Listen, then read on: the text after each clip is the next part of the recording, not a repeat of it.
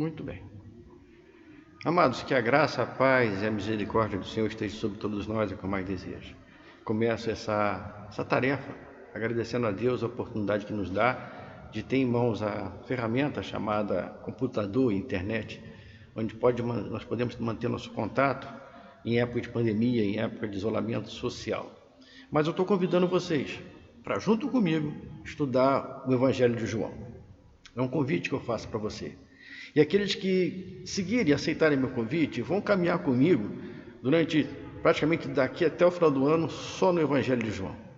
Muita coisa nós vamos descobrir garimpando o Evangelho de João. Acabando o Evangelho de João, a tendência, se Deus assim nos permitir, é partir direto para as cartas de João. 1ª de João, 2ª de João, 3ª de João e finalmente o Apocalipse. Então, essa é a minha intenção, esse é o meu convite. Vamos estudar o Evangelho de João, as cartas, para poder chegar então no Apocalipse e tirar do Apocalipse revelações que nós precisamos para o nosso dia de hoje. Acredita-se que o Evangelho de João seja o livro mais lido de toda a Bíblia. Acredita-se. Porque várias casas publicadoras imprimem, vendem e até doam o Evangelho de João. Então, existe a forma de você pensar que o Evangelho de João é o livro mais lido da Bíblia. Você pode pensar nisso.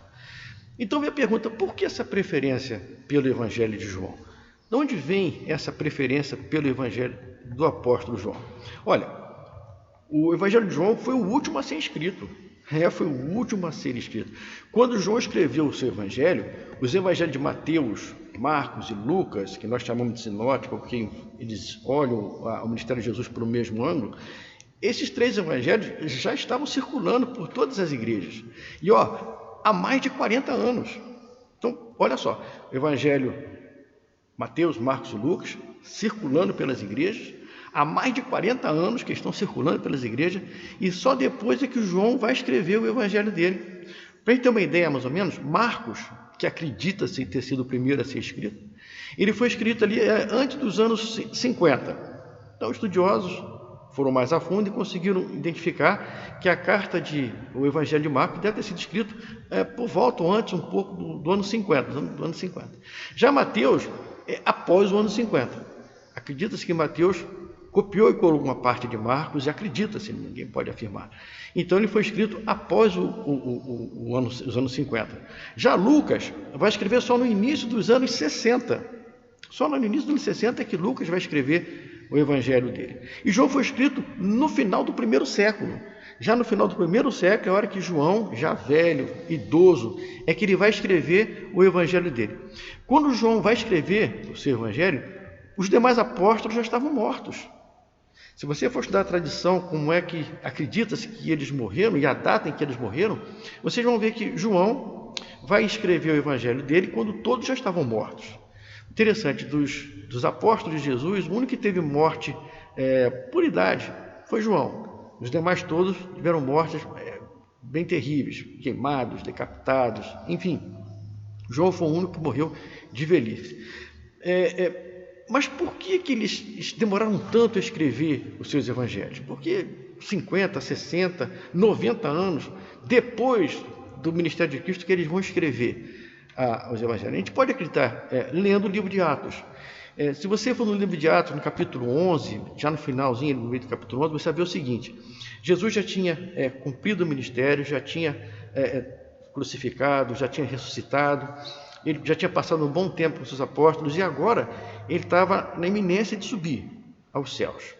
Então ele dá as últimas recomendações e fala que ele seria testemunha em Jerusalém, Judeia, Samaria, até o fim do mundo. E de repente Jesus começa a subir. Uma nuvem vem, encobre Jesus, e os apóstolos continuam olhando para o céu, admirando o que estava acontecendo ali. A Bíblia fala lá em Atos 11, capítulo 1, verso 11, fala para a gente que apareceram 2 anjos. E fala assim: varões galileus, por que vocês estão olhando para as alturas? Este Jesus, que dentre vós foi assunto aos céus, virá do mesmo modo como viste subir. Então, acredita-se que os evangélicos, Mateus, Marcos, Lucas e João, acreditavam o seguinte: a informação que o anjo passou para eles é que é o seguinte: da mesma forma que eles viram Jesus subindo, eles viriam Jesus descendo. Então eles achavam que estariam vivos na volta de Jesus. Pode-se pensar nisso? Pode. Mas ainda não consigo explicar por que a preferência pelo Evangelho de João. Por que tanta preferência pelo Evangelho de João? Olha só, ele é diferente dos demais. Mateus vai apresentar Jesus como rei. Então Mateus apresenta Jesus como rei. Jesus era o Messias da promessa do Antigo Testamento. Sua missão, segundo Mateus, sua missão messiânica, consistia em trazer o reino de Deus até os homens. Aí quando você lê Mateus, você vê essas verdades estampadas no Evangelho de Mateus.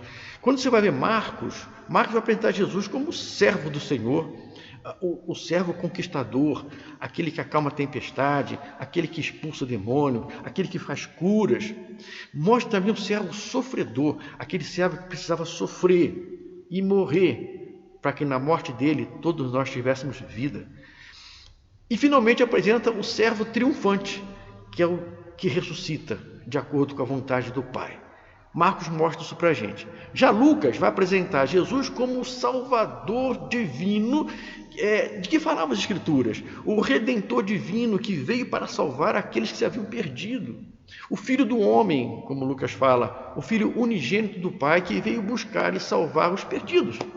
Quer seja judeu, quer seja samaritano, quer seja gentios, gregos, romanos, publicanos, desprezados da sociedade, Jesus veio para salvar a todos, indistintamente de nação, raça, língua e povo. Ele veio para salvar a todo homem. Mas e João? João é diferente. João apresenta Jesus como o próprio Deus. Na teologia paulina, Jesus é o próprio Deus. É o Verbo eterno que se encarna e fica entre nós, que se materializa no ventre de uma mulher, nasce como todo homem, para ser 100% homem, mas também 100% Deus. Jesus é o Filho de Deus, Jesus é o próprio Deus. Olha só, os hebreus daquela época estavam esperando pelo Messias, eles viviam na expectativa da chegada do Messias. Então, quando Jesus aparece e começa o seu ministério, esses hebreus precisavam ter provas contundentes da reivindicação que Jesus fazia. Jesus se declarava ser o Filho prometido, ele se declarava ser o Messias do Antigo Testamento. Então o povo hebreu precisava de provas contundentes.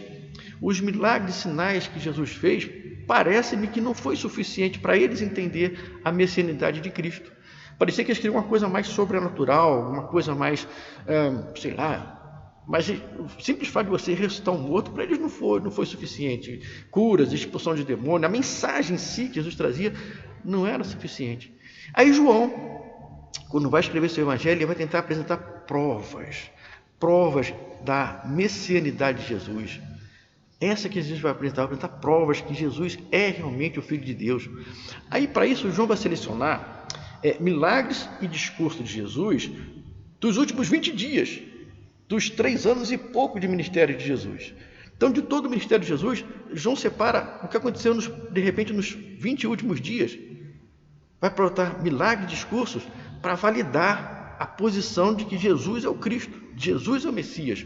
O Nazareno é o Cristo, o Messias, o Filho de Deus. E não é só isso, é o próprio Deus entre nós. A pergunta continua: por que então a preferência pelo Evangelho de João?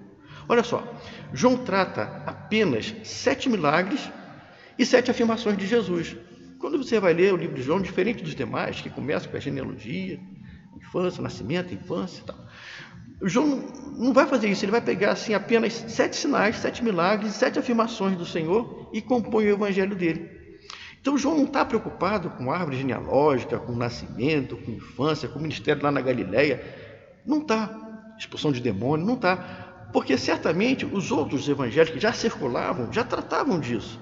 João, logicamente, tinha conhecimento disso, e foi o último a escrever. Então, de repente, não está preocupado com isso, que isso já estava de conhecimento público. Então, ele vai tirar 7 milagres, 7 sinais. Que milagres são esses? Ele começa com a transformação da água em vinho. Nós vamos tratar disso com muito mais riqueza de detalhes nos nossos estudos. A cura do filho do oficial do rei. Vai mostrar a cura de um paralítico lá no tanque de Betesda. vai mostrar a multiplicação dos pães e dos peixes, o caminhar de Jesus sobre as águas, a cura de um cego de nascença, a ressurreição de Lázaro. Então, esses 7 sinais, 7 milagres, João vai abordar e vai mostrar para a gente. E também 7 afirmações. Essas afirmações que João vai destacar para a gente remete à revelação que Deus fez a Moisés lá no Monte Sinai. Lá no Monte Sinai, quando o Senhor está falando com Moisés e manda Moisés ir até o Egito e libertar o povo, Moisés pergunta, mas eu vou chegar lá e vou perguntar quem me mandou? Aí o Senhor fala, eu sou o que sou. Então você fala para eles que eu sou, o Yahvé, eu sou, mandou que eu viesse aqui. Então Jesus, ele vai se identificar com esse Yahvé, com essa afirmação, eu sou. E João vai colocar para a gente 7 afirmações.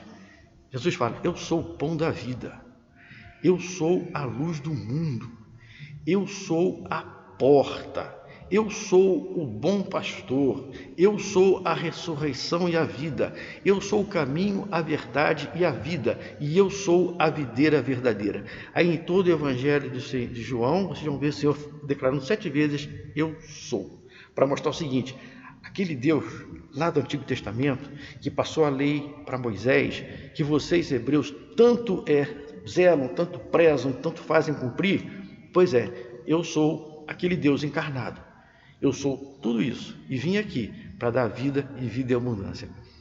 Mas por que então a preferência do Evangelho de João? Por quê? Talvez a resposta possa ser encontrada no capítulo 20 do Evangelho de João, dos versículos 30 ao 31, quando João escreve assim, na verdade, Jesus fez diante dos seus discípulos outros sinais que não estão registrados neste livro. Aí ele fala, esses, porém, foram registrados para que creiais que Jesus é o Cristo, o Filho de Deus, e para que, crendo, tenhas vida em seu nome.